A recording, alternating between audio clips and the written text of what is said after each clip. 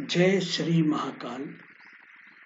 महाकाल बाबा के आशीर्वाद से सभी कार्य उत्तम तरीके से होते चले जाते हैं। आज हम कुंडली के प्रथम भाव का अध्ययन करेंगे और खुद की कुंडली को जानने की कोशिश करेंगे। सभी 12 राशियों में किस तरीके से प्रथम भाव का महत्व है और उसमें विराजमान ग्रह किस तरीके से व्यक्ति के लाइफ में उतार चढ़ाव करती हैं, तो बिना विलंब किए हम अब सबसे पहले समझने की कोशिश करते हैं कि प्रथम भाव होता क्या है। सभी इस बात को जानकारी रखें कि प्रथम भाव जहां पहला लिखा रहता है, जहां फर्स्ट लिखा रहता है, उसे हम प्रथम भाव कहते हैं और वहां से आप दूसरा, तीसरा, चौथा, पांचवा, छठवां, सातवां, आठवां, नौवां, 10वां, 11वां और 12वां, इस तरीके से 1 to 12 हम अपने हाउस में विचरण करते रहते हैं। इस हाउसेस में ग्रह भी गोचर करते रहते हैं। सबसे तेज गोचर हम सबको पता है, चंद्रमा करते हैं। इसी तरीके से उसके बाद सूर्य देवता हमारे भाव में गोचर करते हैं। तो सूर्य का गोचर हर भाव में 1 महीने का रहता है और चंद्रमा का बहुत ही शार्प, बहुत ही तेज कार्य करते हैं। तो सबसे पहले हम समझते हैं प्रथम भाव को क्या कहते हैं। देखिए, प्रथम भाव को हम कहते हैं लग्न, और इस भाव के कारक, कंट्रोल करने वाले सूर्य देवता हैं। इस बात को आप क्लियर कर लीजिए, भाव के कारक और भाव के राशि के मालिक, ये दोनों अलग अलग हैं। अभी यहां पर कोई भी राशि नहीं आई है, ये यहाँ पे पहला, दूसरा, ये भाव है। इन भाव को पहले समझ लीजिए, फिर यहाँ पे राशि को हम बिठा के और ग्रह को भी बिठा के समझने की कोशिश करें। तो अगर हम बिना राशि, बिना ग्रह की बात करें, तो पहला जो हाउस है, इस हाउस का जो कारक हैं वो हैं सूर्य भगवान। प्रथम भाव का जो स्वामी होंगे वो मंगल होंगे। अब यहाँ पे हम स्वामी ग्रह की बात कर रहे हैं, यानी ये यहाँ पे प्रथम भाव कौन आ गया? मेष आ गया।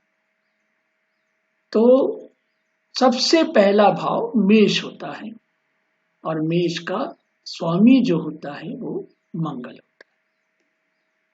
फिर इसके बाद में वृषभ आएगा, तो वो यहाँ 1 के बजाय 2 लिखा रहेगा। फिर मिथुन राशि आएंगे, तो यहाँ 1 की जगह 3 लिखा रहेगा। कर्क राशि आएगा तो मकर लिखा रहेगा। अगर यहाँ पे 5th लिखा है तो ये सिंह राशि हो जाएगा। अगर 6th लिखा है कन्या राशि हो जाएगा। अगर 7th लिखा होगा तो ये तुला राशि हो जाएगा। अगर 8 लिखा है तो ये वृश्चिक राशि हो जाएगा। और अगर 9th यहाँ पर लिखा है तो ये धनु राशि हो जाएगा। इसी तरीके से अगर 10th लिखा है तो मकर, और 11th लिखा है तो कुंभ, और 12th लिखा है तो मीन राशि होंगी। तो जैसे जैसे राशि बदलेंगे वैसे वैसे उनके भाव के स्वामी भी बदलने लगेंगे, लेकिन कारक नहीं बदलेगा, कारक यही रहेंगे। ठीक है, तो इस बात को हम अपने स्थिर जगह रख लें कि कारक कभी भी बदलेंगे नहीं, लेकिन स्वामी बदल सकते हैं, उनके कार्यकाल करने वाले बदल सकते हैं। तो पहला भाव सूर्य का होता है, और पहला मेष राशि, क्योंकि यहाँ 1 लिखा है तो मेष राशि के स्वामी भी मंगल। अब कुंडली के पहले भाव से हमें क्या क्या जानकारी मिलती है? इस भाव से किसी भी व्यक्ति का हम फिजिकल, उसकी जो फिजिकल एंटिटी है उसे पता करने की कोशिश कर सकते हैं, या उसमें कुछ भी चेंजेस हैं या उसमें कोई भी उतार चढ़ाव है तो वो केवल और केवल उस राशि के कारण होगा। लेकिन प्रथम भाव से हम किसी भी व्यक्ति का रंग, कैसा रंग होगा वो हम पता कर सकते हैं, उसका रूप कैसा होगा, उसका हाइट कैसी होगी, उसका कद काठी कैसी होगी, वो किस समय में उनका जन्म हुआ है, किस स्थान में जन्म हुआ है, ये सब बातों को हम कुंडली से जानकारी निकाल सकते हैं। तो ये एक बहुत ही अध्यात्म की बात है, बहुत डीप कंसेप्ट की बात है कि आप किस तरीके से इस कुंडली को इंटरप्रेट करते हैं, इस कुंडली को डिकोड करते हैं। ये सब कोडिंग में लिखा हुआ है, आपको उसे डिकोड करना। अब एक और बात को आप अपने स्थिर मन में रख लीजिए, या स्थिर अपने मेमोरी में रख लीजिए कि प्रथम भाव में जो सूर्य है, जो कारक हैं उसके, वो यहाँ पे उच्च के हो जाते हैं। जहां भी 1 लिखा है, किसी की भी कुंडली में 1 किसी दूसरी जगह भी लिखा जा सकता है। अगर कोई समझिए अभी यहाँ पर इसको हम जस्ट उल्टा कर देते हैं, 7 यहाँ लिखा है, यहाँ 1 है, तो ये 7 को ऊपर 1 को नीचे कर देते। ठीक है, तो पूरी कुंडली उलट गई। तो अब क्या हुआ कि 7 ऊपर चला गया, यानी कि तुला लग्न ऊपर चला गया और मेष लग्न नीचे आ गया। ठीक है, तो ये एक कहीं भी आपकी राशि बदल सकती है, लेकिन भाव नहीं बदलेगा, भाव तो वही है। हम बात कर रहे हैं कौन सा ग्रह किस राशि में उच्च का हो जाता है और किस राशि में वो नीच का हो जाता है। तो ये शब्द अपने आप में ही समझदारी हमें लाते हैं कि उच्च और नीच होने से उसका प्रभाव भी उसी तरीके से हमारे ऊपर में होता है। कोई भी चीज उच्च की होगी तो वो आपको फलेगी, और वो अगर सपोज नीच की होगी तो वो आपको कष्ट देगी। तो हर मनुष्य में हर चीज उच्च और नीच, सुख और दुख, ये सब होंगे। ऐसा कोई व्यक्ति नहीं है जो बाय डिफॉल्ट 100% गुड है या 100% सुखी है। कुछ दिन के लिए वो जरूर सुखी होगा, लेकिन उसके बाद उसे फिर दुख झेलना ही है, उसे दुख को ग्रहण करना ही है। अब वो सुख में हो सकता है कि बहुत घमंड करने लगता है, और हो सकता है दुख में वो बहुत ज्यादा रोने लगता है। तो वो सुख के कारण, उस सुख में क्या कर्म किया उस कारण से उसे यहाँ पर भी दिक्कत ज्यादा होने। अगर उसे सुख है तो उसे ये मानना चाहिए परिवर्तन ही संसार का नियम है, बदल जाएगा। तो हम जो सुख हैं, हमें जो सुखी मिला है वो अमर तो है नहीं, वो फिर से बदल सकता है। तो हम किस तरीके से अपने सुख में व्यवहार करें वो ज्यादा इंपॉर्टेंट है। हम घमंड कर रहे हैं, दूसरों को नीचा दिखा रहे हैं, मैं तो बहुत अमीर हूं, अब ये गरीब व्यक्ति है, वो जरूरत से कुछ मांग रहा है, तो आप अपना घमंड दिखा रहे हैं और उसे बहुत सारी आर्गुमेंट कर रहे हैं। तो ये बात सही नहीं है। हर एक व्यक्ति के पास कुछ ना कुछ मजबूरी होती है, कुछ कारण से वो हो सकता है दुखी हो, पर वो हर समय दुखी नहीं रहेगा, वो बदल जाएगा, उसका समय बदलेगा। इसलिए बोलते समय क्या है, बलवान होता है। हम समय को समझेंगे तो ही हम अपने कार्यक्रम को भी अच्छे से फ्रूटफुल कर सकते। तो हमने यहां पर जाना कि लग्न पहले भाव को कहते हैं, इस भाव का कारक सूर्य है, और प्रथम भाव का अगर एक लिखा है तो वहां का ग्रह मंगल होगा। और कुंडली के प्रथम भाव से हम किसी भी व्यक्ति की, किसी भी जातक का रंग रूप कद जन्म समय जन्म स्थान का पता कर सकते हैं। प्रथम भाव हमारे शरीर का उच्च यानी कि सिर को हमें दर्शाता है। तो हम पूरे इस चीज को मान लेंगे कि जो हमारा माइंड का डेवलपमेंट है वो इसी घर से होता है। और अगर यहाँ पे सूर्य बैठा है एक नंबर के साथ, किसी भी जगह एक नंबर के साथ सूर्य बैठा है, तो वो उच्च का होके बैठा है, बहुत अधिक आदरणीय होके बैठा है। उस आदरणीय को आपको समझना है, ठीक है। और अगर इसी स्थिति में शनि महाराज बैठे हैं तो वो नीच के हैं। व्यक्ति को समझना है कि इस ऊंच और नीच में हम किस तरीके से अपने आप का भाव करें। तो अब हम सबसे पहले देखते हैं प्रथम मेष राशि में।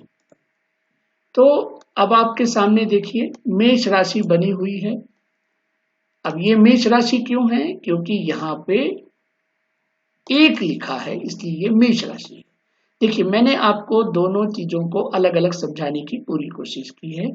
ये जो ब्लू कलर से बॉक्स बने हैं ये हाउस को बता रहे हैं। ये आप देखेंगे हर राशि में एक ही जगह लिखा है 1 2 3 4 5 6 7 8 9 10 11 12। ये देखिए एक ही बार लिखा हुआ है। आप देखेंगे आने वाले स्लाइड्स में सब एक जैसा ही आपको मिलेगा, लेकिन ये जो मेष है, ये जो एक लिखा है, ये बदल जाएंगे, है ना। ये बदल सकते हैं, ये सूर्य के कारण बदल जाएंगे, ये चंद्रमा के कारण बदलते रहते हैं। तो मेष, वृषभ, मिथुन, कर्क, सिंह, कन्या, तुला, वृश्चिक, धनु, मकर, कुंभ, मीन।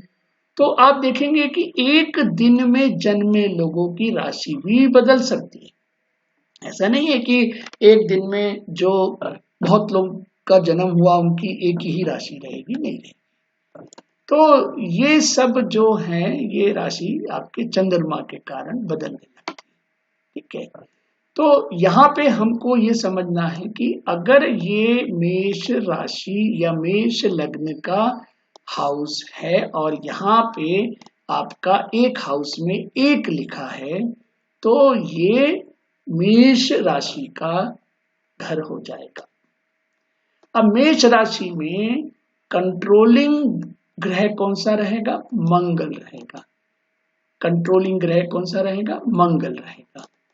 अब ये मंगल होने के कारण व्यक्ति में बहुत सारी चीजें मंगल के स्वभाव के कारण बनती हैं। जैसे व्यक्ति में बहुत एनर्जी रहेगी, उसका डिटर्मिनेशन पावर बहुत स्ट्रांग रहेगा, वो किसी चीज को ड्राइव कर रहा है, किसी चीज को रूल कर रहा है, तो बहुत अच्छे ढंग से करेगा। अगर वो एडमिनिस्ट्रेटिव किसी पोस्ट में है या कोई एडमिनिस्ट्रेशन वर्क कर रहा है, तो उसमें 4 चांद लग जाएंगे, एडमिनिस्ट्रेटिव पावर उसका बहुत अच्छा हो जाएगा। उसके पास में सेंस ऑफ पर्पस का भी बहुत अच्छा कंसेप्ट हो जाएगा, वो चीजों को अच्छे से समझ के करने की कोशिश करता रहेगा। मंगल अपने आप में सेनापति होता है। जैसे किसी राज्य में राजा का सेनापति होगा, वही कंसेप्ट से ये व्यक्ति भी अपना पूरा आवभाव करेगा। ठीक है, तो ये व्यक्ति के पास मंगल होने से इस तरीके के कैरेक्टरिस्टिक्स बनते हैं। ठीक है, अब यहां पे हम एक बात को और समझ लें कि मंगल जहां पर भी बैठेगा वहां पे हमें उसके अलग अलग भाव मिलेंगे। मंगल कहीं भी बैठ सकता है, 2nd नंबर पे, 3rd नंबर पे, 4th नंबर पे, कहीं भी हाउस पे बैठ सकता है। अब हम ये देखना चाहते हैं कि मंगल मेष राशि में बैठा है, तो इस पूरे वीडियो में हम यही देखेंगे कि जिसकी राशि है, जिसका लग्न है, उसका भी स्वामी वहीं बैठा है। तो ऐसे समय में व्यक्ति का क्या भाव होगा, क्या आचरण होगा, ये हमें समझना है। तो अब देखिए ध्यान से, मैं आपको बताता हूं कि यहाँ पे मेष लग्न और मेष और मंगल ग्रह वाले, ठीक है, मेष लग्न का तो कंसेप्ट मैंने बता दिया। अब अगर उसमें मंगल ग्रह भी बैठ गए हैं, तो देखिए मेष लग्न और मंगल ग्रह को दोनों को जोड़ के अगर हम निकालते हैं, तो जो व्यक्ति है वो फुर्ती से काम करेगा, बहुत फुर्ती से काम करेगा। ठीक है, और उसका जो वर्क है वो एक्शन ओरिएंटेड है, यानी कमिटमेंट की बात हो गई कि हमने किसी को बोला कि भाई ये काम करना है, तो वो एक बार हाँ करने के बाद फिर वो पीछे मुड़ के नहीं देखेगा, वो पूरा काम करके ही वापस आएगा। Action oriented concept. और जितना जल्दी से जल्दी काम करना है ये उसके माइंड में रहेगा। क्यों? क्योंकि वो सेनापति है, उसको काम का ड्यूरेशन भी ध्यान में रखना पड़ता है। अगर उसको बोला है कि भाई इस राज्य को जीतना है, तो जीतने का मतलब कोई ये नहीं है कि 365 दिन उसको देंगे जीतने के लिए, कुछ एक अवधि देना पड़ेगा, उस अवधि में वो काम करता है। तो इसीलिए वो सेनापति कहलाता है। ऐसा व्यक्ति जो अपने ड्यूरेशन को समझता है, अपने कर्म को समझता है, अपने वर्क को समझता है, तो वो जरूरी कुछ ना कुछ हमें रिजल्ट देगा ही देगा। तो काम जल्दी से जल्दी खत्म करना हो तो ये मंगल और मेष राशि वालों के साथ होता है। दूसरों से सुन सकते हैं, राजा से वो सुनते हैं, राजा को वो राजा मानते हैं और उनकी बात को वो समझ, क्योंकि उसे अब एक्शन लेना है। उसे एक्शन लेने के लिए सबसे पहले उसे सुनना जरूरी है। अगर वो अच्छे से नहीं सुनेगा तो अच्छे से काम होगा नहीं, उसका रिजल्ट सही नहीं होगा। तो ये अच्छे सुनने वाले भी होते हैं, इनका जो विल पावर है बहुत स्ट्रांग होता है। ये एक बार कमिटमेंट कर देंगे तो फिर वो किसी की भी नहीं सुनेंगे, बीच में कोई भी आ जाए उसकी बात को वो नहीं सुनेंगे। अब इनमें लड़ने का बहुत बड़ा साहस होता है, किसी भी चीज को बहुत तरकीब से वो जीत जाते हैं। एक बात और मैं आपको बताऊं कि मंगल मेष राशि के ओनर के साथ साथ एक और राशि के ओनर होते हैं, और वो है 8वें राशि के। ठीक है, तो ये 8वें राशि के भी क्या होते हैं?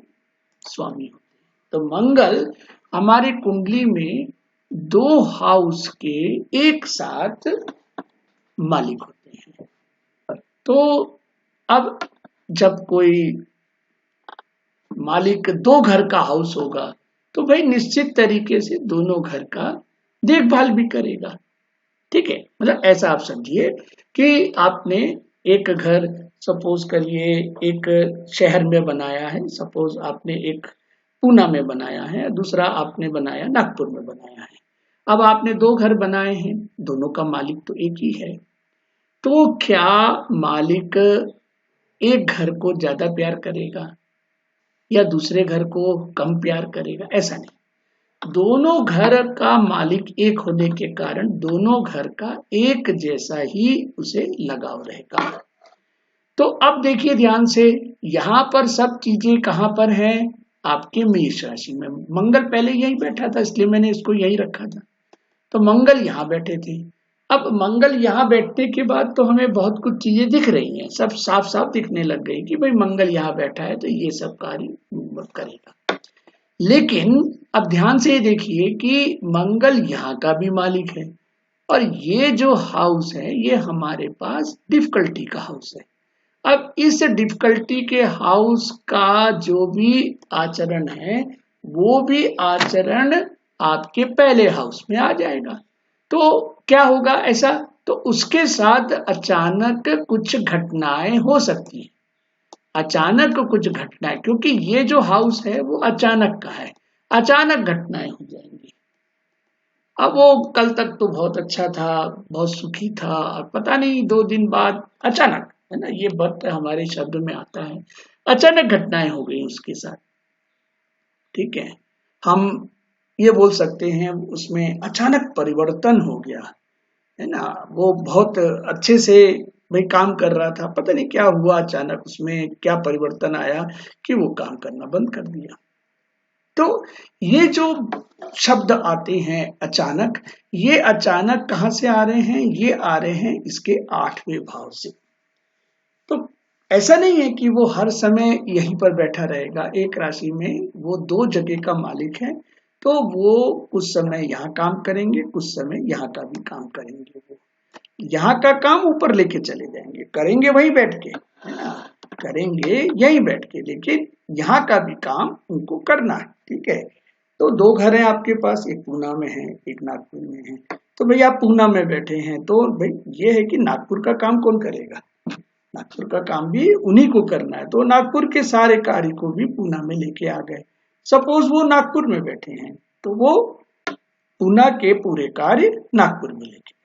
तो इस तरीके से ये मेष राशि, मेष लग्न वालों के साथ मंगल रहने से इस तरीके के कुछ हमारे पास में इंफॉर्मेशन आती है, तो हमें इसे समझना है। ठीक है, तो मेष राशि वाले अपनी तेजी से काम करने वाले होते हैं, आशावादी होते हैं, निडर और साहसी होते हैं, अपना जीवन अपनी शर्तों पे जीना पसंद करते हैं। इसी कारण से, क्यों? क्योंकि ये मंगल है इनके साथ, और मंगल वाले लोग इसी तरीके का ही स्वरूप रखेंगे, उसके द्वारा ही उनको आगे बढ़ना है। क्योंकि कोई भी चीज का, कोई भी एंटिटी है, उसकी कैरेक्टरिस्टिक्स नहीं बदल सकती, वो कैरेक्टरिस्टिक्स तो वही रहेगी। अब वो कम ज्यादा ये डिग्री पर डिपेंड करता है, और दृष्टि किसकी पड़ रही है, या मंगल के साथ कोई और भी ग्रह बैठे हुए हैं, तो जरूर उसके साथ भी कुछ ना कुछ एड ऑन चीजें भी मिलने लगेंगी। कभी कभी 2 अच्छे दोस्त मिल जाए तो अच्छी चीज मिलेगी, हो सकता है एक अच्छा है और एक थोड़ा सा बदमाश है, तो भाई मिली जुली चीज मिलेगी। अब राहु बैठ गए, तो भैया राहु बैठने से तो सारा सारा आपका कष्टी बना रहे हैं, लेकिन राहु के अपने अच्छे कैरेक्टरिस्टिक्स भी हैं, उसका भी कुछ ना कुछ अच्छा कैरेक्टरिस्टिक्स है, तो वो जब अच्छा होगा तो वो भी आपके साथ अच्छा करेगा। तो ये सब चीजें हमें और गहराई से समझनी पड़ेगी, तब जाके पूरी कुंडली का हम डिकोड कर सकते हैं। अभी तो केवल एक ग्रह बैठा है, और अभी यहाँ पर कोई ग्रह नहीं है, तो किसी की भी दृष्टि नहीं है ना, और अगर कोई बैठ जाएगा तो उसकी दृष्टि हो सकती है। हाँ, ये मैं जरूर बताऊंगा कि भाई मंगल यहाँ बैठा है तो वो कौन कौन सी दृष्टि डाल रहा है। तो देखिए, वो दृष्टि डाल रहा है 4, चौथी पहली दृष्टि उसकी चौथे हाउस पर है, यानी पहली, दूसरी, तीसरी, चौथी, ये यहाँ पर रहेगा। ठीक है, एक यहाँ पर भी इसको काम करना है, क्योंकि इसकी दृष्टि पड़ रही है इस आपके मतलब सुख हाउस में पड़ रही है, इसके घर में पड़ रही है, चौथे हाउस सुख हाउस में पड़ रही है, तो यहाँ कभी उसको कार्य करना है। दृष्टि पड़ रही मतलब उसको वहां पर दिख रहा है तो वो उसका कार्य करेगा ही करेगा। सातवां यानी कि आपका ये सातवां हाउस यानी कि पार्टनरशिप का हाउस, आपके वाइफ का हाउस, आपके स्पाउस का हाउस, यहाँ पर भी मंगल की कुछ ना कुछ दृष्टि पड़ रही है और वो सातवीं दृष्टि है, तो मान के चलिए वो सीधी दृष्टि डाल के यहाँ पर काम करेगा। मंगल का और एक दृष्टि होती है आठवीं दृष्टि, तो मंगल इस वृश्चिक राशि में भी यानी कि आठवें हाउस में भी अपने आप को कंसंट्रेट करेगा।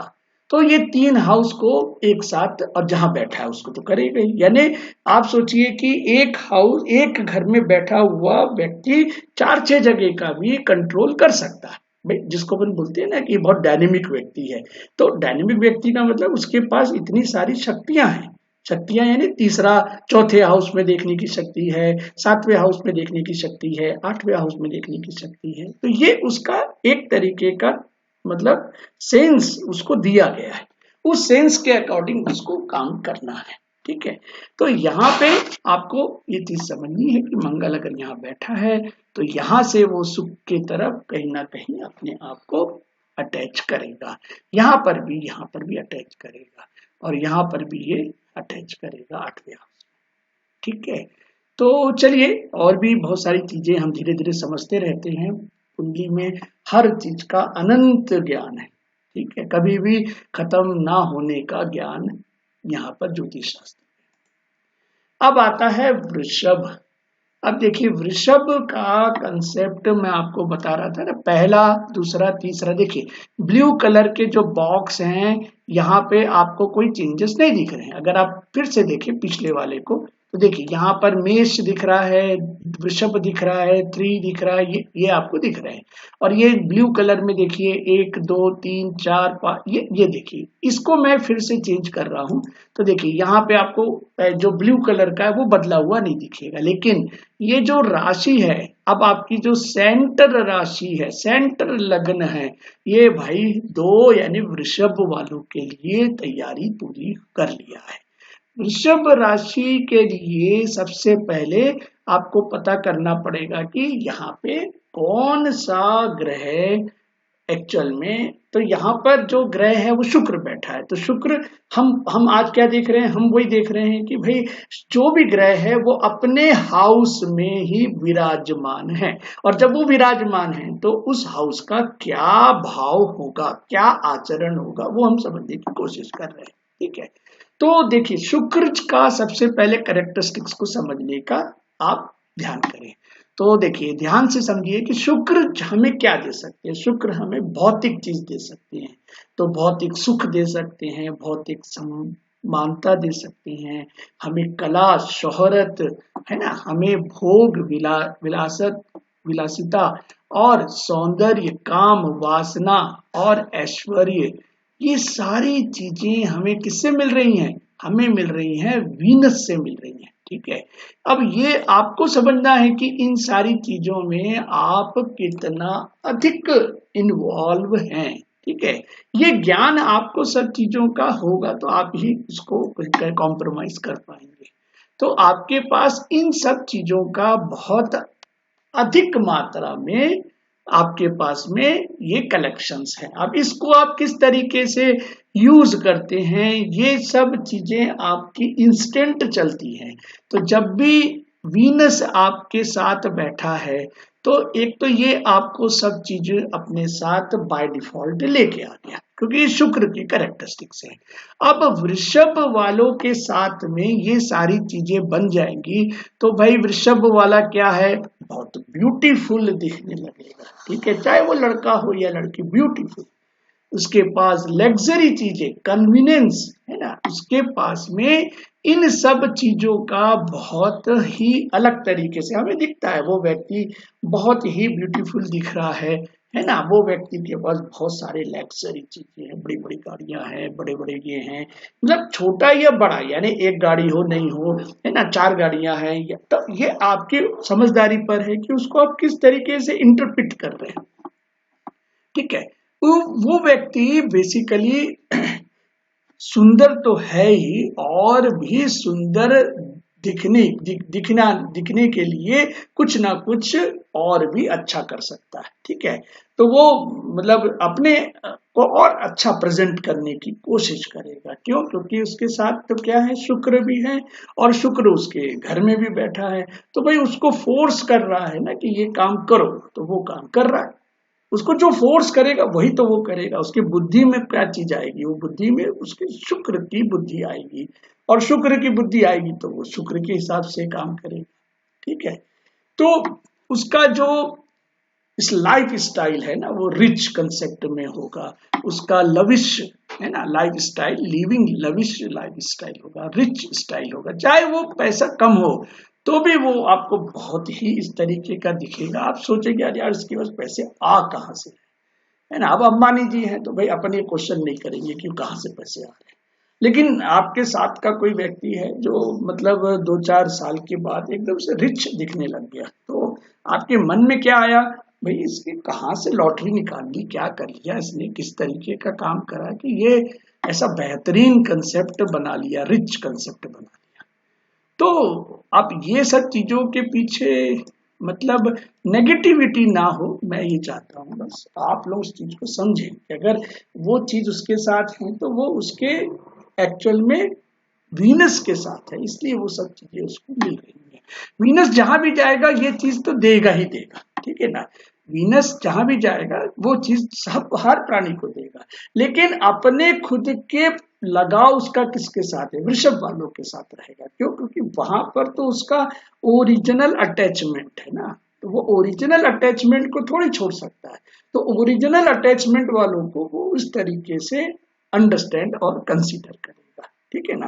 जैसे कभी अपन नहीं देखते कि इंटरव्यू में कहीं जा रहे हैं तो भाई कहीं ना कहीं किसी का मतलब रिलेशन निकल जाता है, तो हम देखते हैं कि भाई उसके साथ में कम पूछ रहे हैं, ठीक है, कुछ ज्यादा किसी से पूछ रहे हैं, या कभी कभी किसी को मार्क्स ज्यादा मिल रहा है, या किसी को हम देखते हैं कि कोई प्रमोशन मिल रहा है। तो ये सारी चीजें लिखाई जाती है इसीलिए कि भाई आपका ब्लड रिलेशन नहीं होना चाहिए, आपका कोई भी इस तरीके की एक्टिविटी ना हो कि आप इन्फ्लुएंस में आके गलत काम करें, मिसयूज करें, ऐसा नहीं होना चाहिए।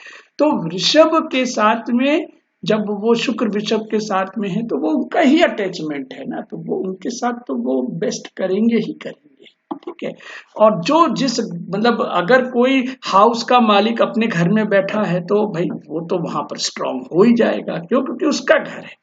ठीक है, हम किराए के घर में जाते हैं, वहां पर रेंट देते हैं, लेकिन हमारे अंदर में वो कॉन्फिडेंस नहीं आ सकता जैसे, है ना, जैसे मालिक का आता है। जब घर के मालिक रहते हैं उनका जो कंसंट्रेशन आता है वो आपका नहीं आएगा। ठीक है, जो रेंट में लिए हैं वो रेंट ही जैसे रेंटर ही बने रहेंगे। ठीक है, तो उनके अंदर में ये है कि भाई आप जरूर अपने अंदर का कंट्रोल कर सकते हैं, आप साफ सुथरा रख सकते हैं, आप सब चीजों को व्यवस्थित रख सकते हैं। ठीक है, ये आपके कंट्रोल की बात है, लेकिन ओरिजिनल कंट्रोल डिसीजन आपको नहीं लेना। आपको कहीं कील ठोकना है, आपको कभी कुछ चीजें रिपेयर करनी है, कुछ जो भी है, ये आप डायरेक्ट डिसीजन नहीं ले सकते हैं। तो उसी तरीके की बात होगी। ठीक है, अब लग्न की बात मैं आपको बताऊं कि शुक्र भी 2 हाउस का ओनर होता है।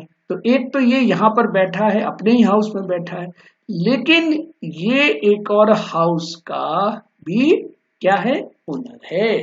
तो देखिए ये तुला राशि का ओनर है। अभी मैंने बताया था पहला वाला वो इधर का बताया था, अब इधर का बताया था। तो हर व्यक्ति के साथ सुख और दुख भैया जुड़ा हुआ है। ठीक है ना। तो ऐसा कभी मत सोचिए कि भाई शुक्र मेरे साथ यहीं बैठा है तो भाई बहुत अधिक मेरे को लग्जरी बना देगा, नहीं, ऐसा नहीं है।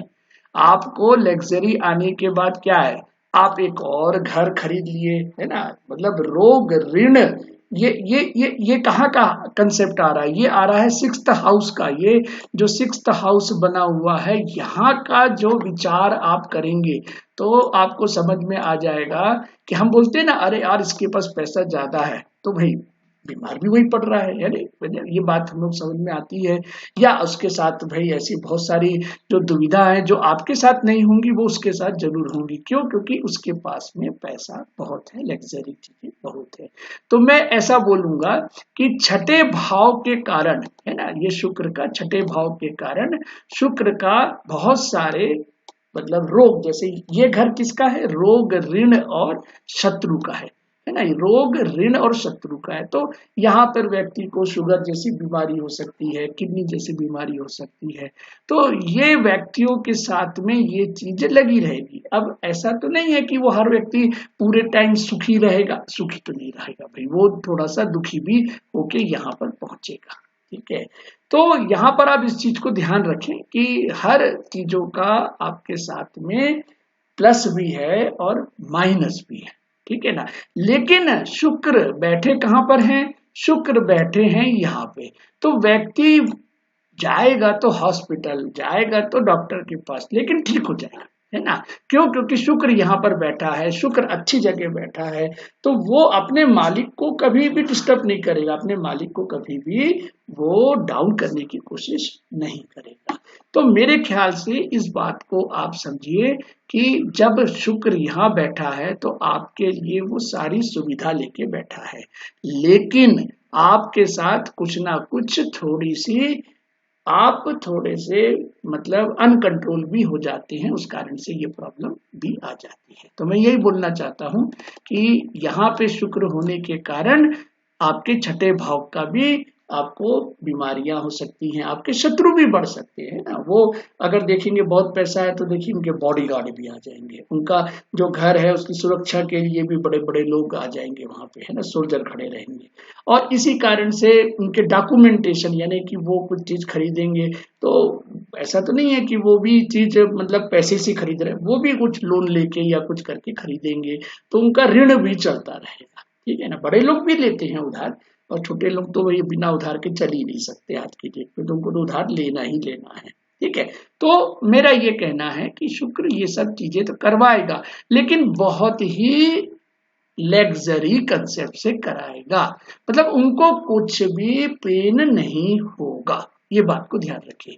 तो यहाँ पर मैंने इसलिए लिख दिया, लेकिन पहले भाव में शुक्र के कारण ये जल्दी जल्दी ठीक हो जाएंगे, मतलब आपके पास जो प्रॉब्लम्स आएंगी, सिक्स्थ हाउस की जो प्रॉब्लम आएंगी, वो प्रॉब्लम आप धीरे धीरे भी खत्म कर सकते हैं।